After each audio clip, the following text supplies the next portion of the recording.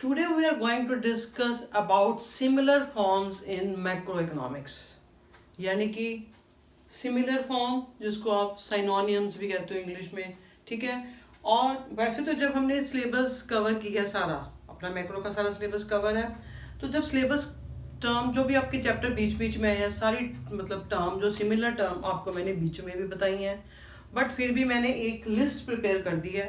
और उस list prepare करने के मेरे पीछे पर्पस एक यही है कि एक तो आपको इजी हो, और जब भी आपको पेपर में कुछ सिमिलर टर्म की ज़रूरत पड़े तो आपको फटाफट आपके दिमाग में याद आए, ठीक है। क्योंकि जब हम क्वेश्चन करते हैं, जब आप अपनी प्रैक्टिस कर रहे हो, रिवीजन कर रहे हो, तब तो आपको इजीली याद आ जाते हैं, ठीक है। क्योंकि थोड़ी थोड़ी माइंड में मतलब इजीली याद आ जाएगा आपको। तो ऐसे जब पेपर में करने बैठते हो तो आपको सिमिलर टर्म्स कई बार जल्दी याद नहीं आती। तो मेरा पर्पस उसके पीछे यही है कि आपको फटाफट पेपर में याद आए, और आपके लिए काफ़ी बेनिफिशियल है। तो इसको प्रॉपर जितनी भी 50 के आसपास है उसको टर्म्स को आप अच्छी तरह मतलब कीजिए, ठीक है। एक लिस्ट आपको मिल गई, उसी लिस्ट को आप एक बार रिवाइज कर सकते हो, ठीक है। तो एक बार मैं फटाफट इस सारे टर्म्स को बोल देती हूँ, ठीक है। सबसे पहले आपके पास सिमिलर टर्म जो कर रहे हैं डोमेस्टिक टेरिटरी। डोमेस्टिक टेरिटरी यानी कि इकोनॉमिक टेरिटरी, ठीक है ना। डोमेस्टिक टेरिटरी को इकोनॉमिक टेरिटरी भी कहते हैं, ठीक है। सेकंड आपके पास आ रही है factor income. Factor income means earned income, जो हमने कमाई है। Factor income is earned income, clear. Transfer income, unearned income, जो यानी कि हमने कमाई नहीं है, हमें वैसे ही कहीं से इनकम प्राप्त हुई है, जैसे कि गिफ्ट्स वगैरह होगी, ठीक है ना, सब्सिडीज जो भी है। ट्रांसफर इनकम यानी कि अनअर्न्ड इनकम है, क्लियर। इन्वेस्टमेंट, कैपिटल फॉर्मेशन, क्योंकि पेपर में जब बच्चों को आता है question what is capital formation, investment उन्होंने याद की होती है टर्म, तो एक बार नहीं दिमाग में आती फटाफट। Investment means the same capital formation. फिर सब्सिडीज, सब्सिडीज की इकोनॉमिक असिस्टेंस और financial assistance, clear.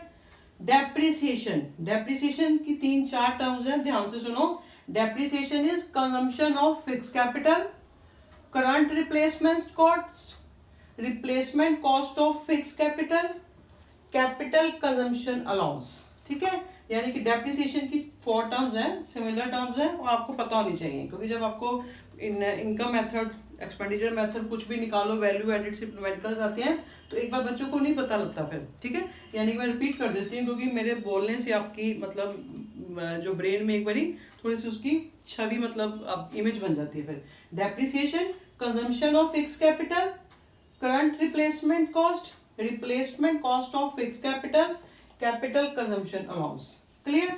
NDP at FC, domestic income और domestic product. NNP at FC, national income और नेशनल प्रोडक्ट।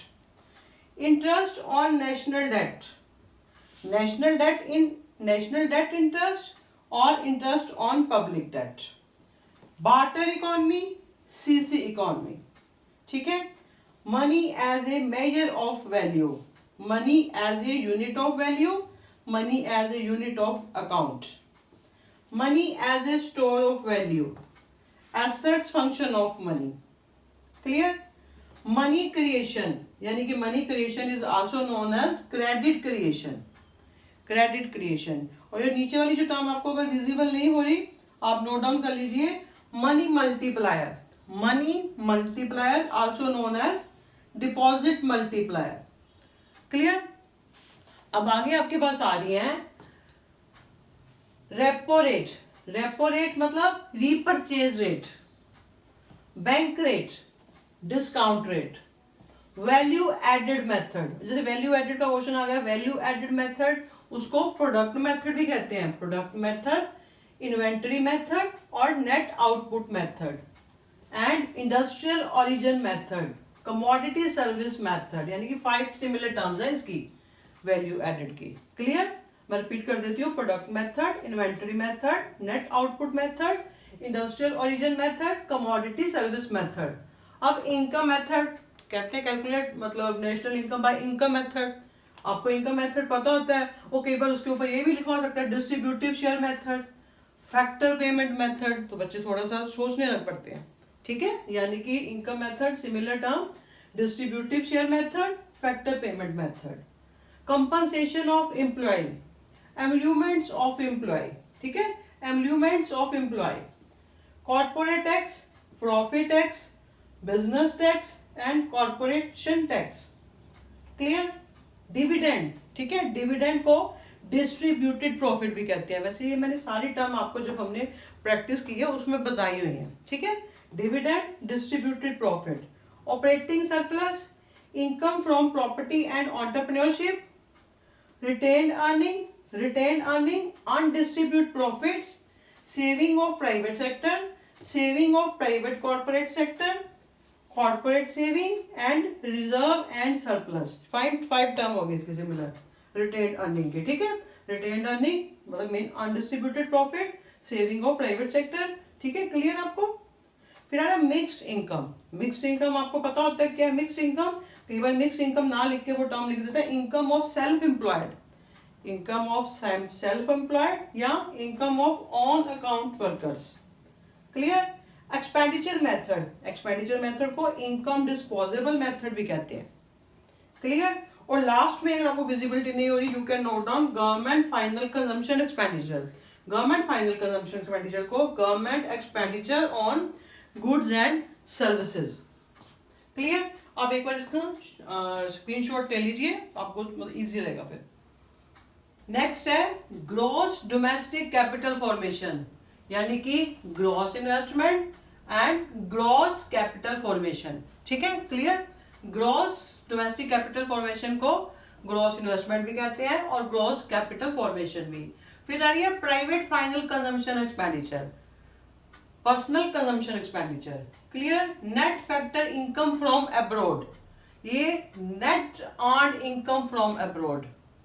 नेक्स्ट है national income at current prices, means यानी कि जो same है meaning nominal national income, national income at constant prices, real national income.